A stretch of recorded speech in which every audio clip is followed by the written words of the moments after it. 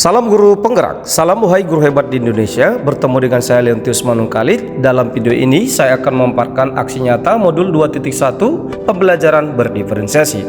Adapun tujuan pembelajaran khusus yaitu CGP mengimplementasikan dan melakukan refleksi terhadap implementasi pembelajaran berdiferensiasi di kelas.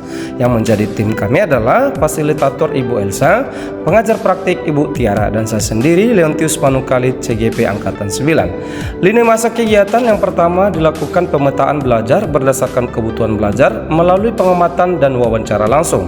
Kedua, merancang RPP berdiferensiasi. Dan yang ketiga, pelaksanaan RPP berdiferensiasi dengan gaya belajar murid yang berbeda-beda. Sebelum penerapan RPP berdiferensiasi saya lakukan di dalam kelas, sebelumnya saya telah mengambil data keterkaitan gaya belajar murid, yakni ada 4 bagian gaya belajar. Yang pertama kinestetik, kedua auditori, ketiga visual, dan yang keempat auditori visual. Selamat pagi anak-anak. Apa kabar hari ini?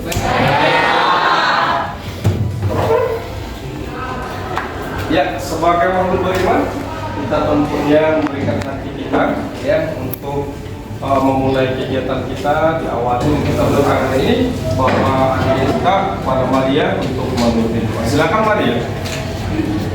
Teman-teman, sebelum kita mulai pelajaran kita hari ini, mari kita bersatu dalam doa. Dan Bapa dan Putra dan Roh Kudus. Amin. Tuhan Yesus, Bapa kami yang baik, kami bersyukur pada guru kami dapat Paul berikan Maria kesabaran dalam mengajari kami. Tuhan yang doakan doa kami dalam perkataan Kristus Tuhan kami. Amin. Amin. Tuhan Bapa dan Roh Kudus. Terima kasih Maria. Ada yang tidak hadir hari ini? Ada ya? Iya, Sebastian ya. Ada kawan dari Sebastian? Sakit ya. Semoga kita doakan Sebastian segera pulih ya, sehat, dan kita bergabung ya bersama kita pada hari ini. Oke, sebagai warga negara yang baik juga tentu kita harus memahami atau mengingat ya lagu-lagu nasional di negara kita. Ya, pemandunya Chelsea, silakan Chelsea. Nusa, 1, 2, 3 ya. Satu nusa, satu bangsa, satu bahasa kita. Indonesia tercinta, nusa bangsa dan bahasa kita bela bersama. Silakan duduk kembali. Terima kasih Sergi. Ya, untuk hari ini kita akan memasuki materi baru. Kamu sebelumnya ada yang ingat materi kita minggu lalu? Case ya? Sistem pencernaan makanan. Kira-kira case apa yang kamu ingat di sistem pencernaan makanan tersebut?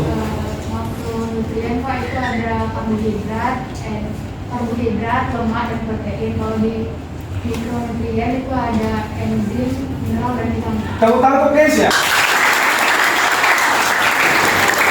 Salam biologi. Biologi, hidup, biologi, Tiap hari biologi, menyenangkan. biologi, Dua biasa. Terima kasih sekali teman-teman. Apa saja yang menjadi organ pernapasan, gitu ya? Lalu apakah organ pernapasan ini bisa mengalami gangguan? Nah, tadi saya sudah dengar, gitu ya? Ya batuk ya. Kemudian ada yang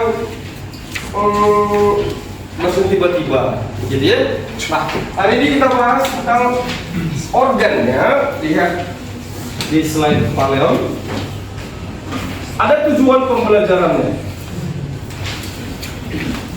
Bahwasanya anak didik atau peserta didik akan mengenal 8 organ penyusun sistem pernapasan. Kemudian juga nanti diharapkan mampu menganalisis struktur anatominya. Nanti lihat dari gambar-gambar di buku, serta yang sudah Bapak kirimkan di WA Ya, anak-anak silakan disimak video untuk sistem pernapasan ini. Manusia, hewan maupun tumbuhan, sebagai makhluk hidup, kita perlu oksigen untuk hidup, uap air melalui alat pernafasan kita. Kali ini kita akan mempelajari lebih lanjut tentang organ-organ pernafasan manusia.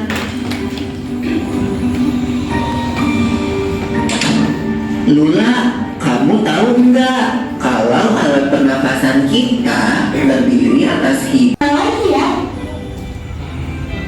melalui bronkus menuju cabang dari bronkus yang disebut bronkiolus dan berujung pada Tadi sudah menyimak video penjelasan terkait organ penyusun sistem pernapasan, ya. Karena materi kita hari ini yaitu untuk sistem pernapasan.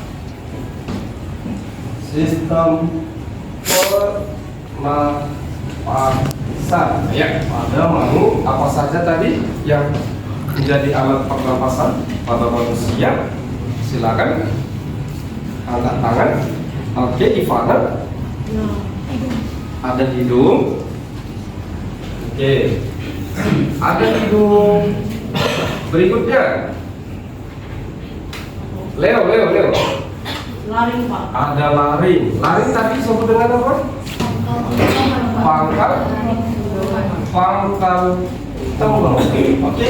Jadi ini saluran atau organ pernapasan pada manusia yang akan kalian bahas secara detail terkait tadi apa itu bernapas, lalu bagaimana terjadinya mekanisme tersendak dan batu, ya, di awal Pak Yon tadi terangkan. Dan mekanisme bernapas manusia tadi ada dua. Di mana tadi?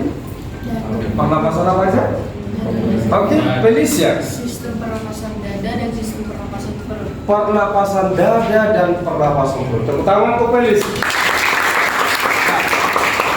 Ya, seperti biasa saya akan membagi kamu menjadi 5 kelompok. Di sini ada LKPD lembar kerja peserta didik yang akan kamu jawab secara per kelompok. Ya, ada materinya di sini sedikit. Tambahin dari buku cetakmu sama LKPD yang saya kirim atau tambahan ya yang ada di WA, yang ada PDF yang Bapak kirimkan. Ada di sini 10 pertanyaan, nanti boleh kalian diskusikan. Ada kelompok 1 di sana, 2 di kelompok 2, kelompok 3 bergabung bersama teman-teman kelompok, ya.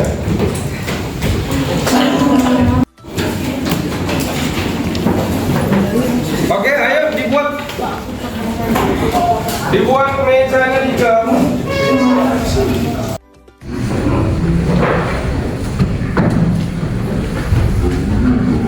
Dari satu kelompok dan kelompok yang lain kurang lebih 15. Jadi diskusi kita berlangsung 35 menit. Semangat anak? Semangat anak? Semangat. Oke, silakan dikerjakan. Ini kalian kelompok 2 kan? Nah, ini ada ini ada bahan untuk diskusikan sama. Diskusikan ada beberapa orang, bisa satu-satu ya, ambil dari buku ataupun dari buku yang dari WA, ya, boleh dari WA yang saya baru. Oke, silakan. Untuk menjawab atau membantu kamu menyelesaikan bahan diskusi sama kelengkapan mind mapmu, kamu boleh searching dari internet, ya. Jadi diberikan kamu kebebasan untuk menggunakan handphone, tetapi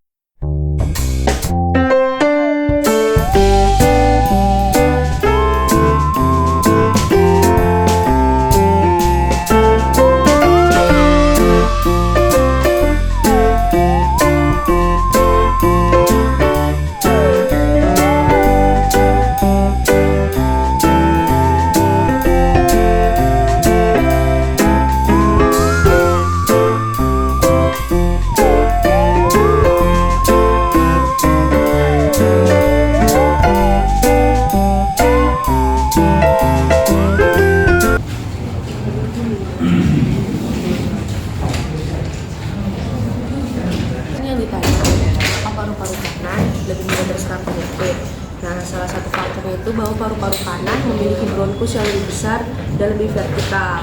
Selain itu juga dipengaruhi oleh pola hidup. Baik anak-anak, waktu selesai semua, stop. Ya, tepuk tangan untuk semua.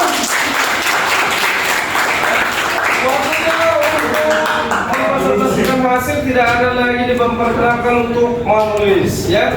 Yang mau belum presentasikan hasil kelompok mana? Kelompok?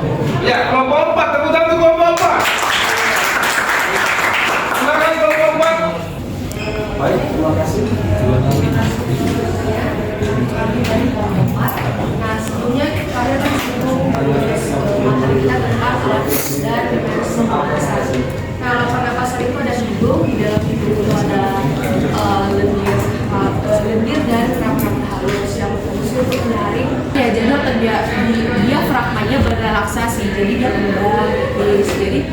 Yang bergerak diafragmanya. Diafragma merupakan lapisan pembagi atau pembeda antara bagian dada dan bagian perut. Oke, itu aja diskusi dari kelompok kami. Terima kasih. Tepuk tangan untuk kelompok 4. Ini kan satu atau dua yang mau menanyakan ke kelompok 4. Silakan, ada yang mau bertanya. Silakan Teddy dari kelompok 2 ya. Oke, silakan Teddy. Perkenalkan, nama saya Dedi. Saya ingin bertanya kepada kelompok 5. 4. Kelompok 4. Selaput lendir itu kira-kira yang menghasilkan itu sel apa ya? Terima kasih. Bagus sekali pertanyaan dari Teddy ya, kelompok 2. Tepuk tangan untuk kelompok 2. Terima kasih Pak. Jadi kelompok kami akan menjelaskan tentang apa saja yang terdapat di dalam mangga itu. Jadi yang pertama itu ada rangka hidung yang berfungsi untuk mencegah benda-benda asing masuk ke dalam hidung. Lalu yang kedua ada selaput lendir yang berfungsi untuk mengatur suhu dan kelembapan udara yang masuk. Lalu Stop.